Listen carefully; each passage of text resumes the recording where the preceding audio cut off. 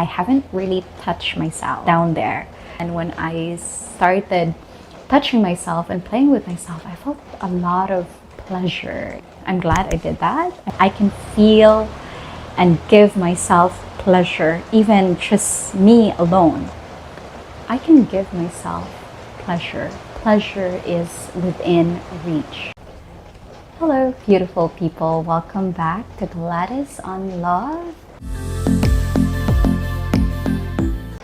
As what I've said from my previous video, I wanted to create another content that just talks about my sexual awakening journey. This was a phrase that a friend of mine that I was mentioning in that previous video, who I talked to, who is also a Filipina who've gone through a lot of sexual exploration. And she shared with me her different stages of her life, the different sexual awakening stages of her life. And that made me think of my own story and of my own journey. And I would love to share them with all of you in hopes that for those of you who may resonate or maybe relate to my experience, that you're not alone in this journey. And I would love to hear your story too. You can share that in the comment, or you can also email me directly at gladysonlove@gmail.com. I love to connect with like-minded individual. And some of the stories that I may be sharing in this video can be a little controversial, or it might trigger some of you, my dear listener. And my hope is not to bring an agenda or push my perspective.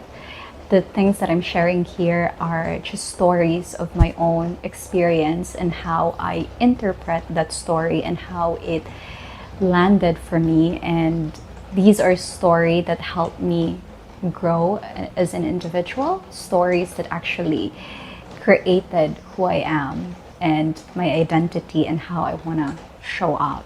And my whole goal of sharing this is, again, the purpose of me doing videos here in YouTube is really to create a space where the topic around sex is normalized, and it's something that we can all just be curious about. It's not something to shame, to judge, to ridicule, but it's a topic that is sacred, something that we can all learn from each other. And I'm sharing my story here in hope that maybe there's something for you to learn, or maybe something that can pick your brain and be curious about. So if you love that, I hope you stick till the end of the video. I actually will share 4 stages of sexual awakening for me, where it opens up a whole new realm of thoughts of like freedom for me when it comes to exploring my sexuality.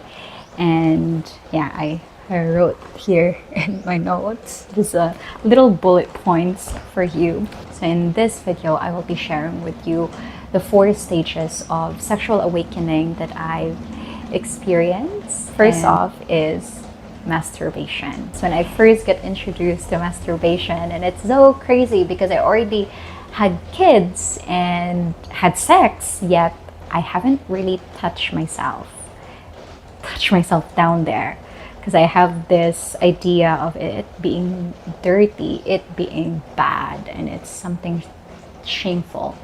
And during that time, I had a long distance partner, so we've, in order to connect, like, he introduced me to that idea. And when I started touching myself and playing with myself, I felt a lot of pleasure and really amazing feeling. But as soon as that call ended, I also felt a lot of shame and guilt, and just like I can really feel it creeping in my body. So what I did is I did a lot of research. I read like Wikipedia, like documentaries, and just watch videos about it. And I'm glad I did that. I'm glad I took action instead of just sitting in that uncomfortable feeling, because I found out that, oh my God, masturbation is something that was even used in the Victorian times, in the old time, to cure hysteria. It's even, a process of making a woman feel relaxed and calm down. There's even a joke, I'm not sure if it's really true, that the vibrator was invented because the doctor's hand gets stiff, from helping a lot of women who are in the state of hysteria.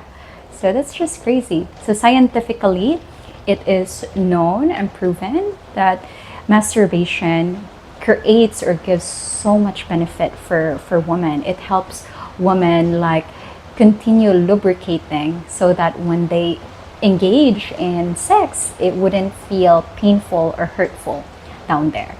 And so many other benefits of it. I have a separate video that really just talk about masturbation, and if you want to check it out, feel free to look for that video that I created. So that's the first sexual awakening for me. It's because I realized that, wow, pleasure is something that's within reach.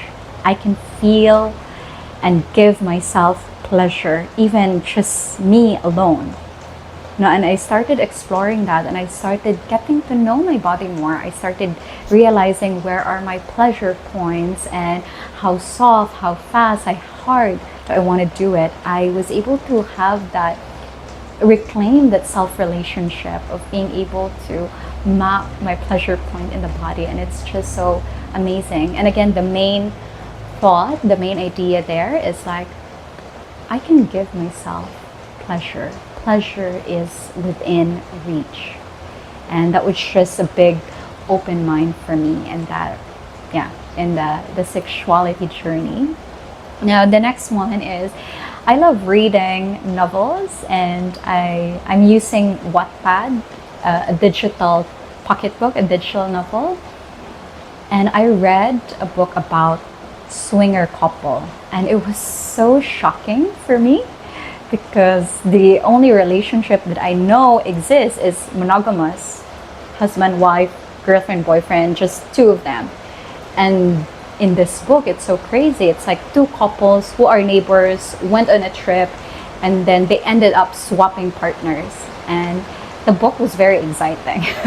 It's so stimulating. I can see visuals all over, and it was a very turned on, storytelling. The author was very good in really sharing. I forgot the title of the book. I was trying to find it and look for it, but I couldn't anymore. And that was just amazing for me, and it really piques my curiosity of like, I wonder if this is true. I wonder if this really exists in real life. Because I have this idea as well that whatever you can think, whatever you can imagine, it probably exists out there. You just have to find it. So I did that quest of looking like, So I did, again, my usual default research. I researched that. I watched a lot of documentaries, and that's when I came across different type of relationship, where there's polyamorous, open relationship, and polygamy, as well as like polyandry. And I also created a separate video which just talk about the different types of relationship and their dynamic. And it just makes my brain just wide open. Before, I feel like my brain is just in this small box. These are just the knowledge that I know, and I thought that these knowledge are what's true, and outside of this knowledge are not true, or something that I would judge. But as soon as I just educate myself and learn more, and that knowledge just expands, and it's so wide. And for me, the sexual realm is such a whole new world out there to be explored for, and I feel like I'm all just touching the iceberg, and that's exciting. That's very exciting that there's so much more there to actually explore and know about. So yeah, that was my second sexual awakening, is to realize that there are different type of relationship out there that actually works better for other people. Monogamous is not the only relationship, and if you're in a monogamous relationship that feels like you don't feel aligned, you don't feel excited, you don't feel alive with it, then maybe, it's not the end of the world. There's always other ways to explore and understand. I'm not promoting other types of relationship. Again, I watched a video of polyamorous versus monogamous couple, and they both have a very strong point in why that type of relationship works for them. And my takeaway in watching that video is really, there's no right or wrong way of relationship. It's just a matter of what is right for you, what feels aligned for you, what feels nourishing for you, what helps you. Then go for it. It's just like a diet.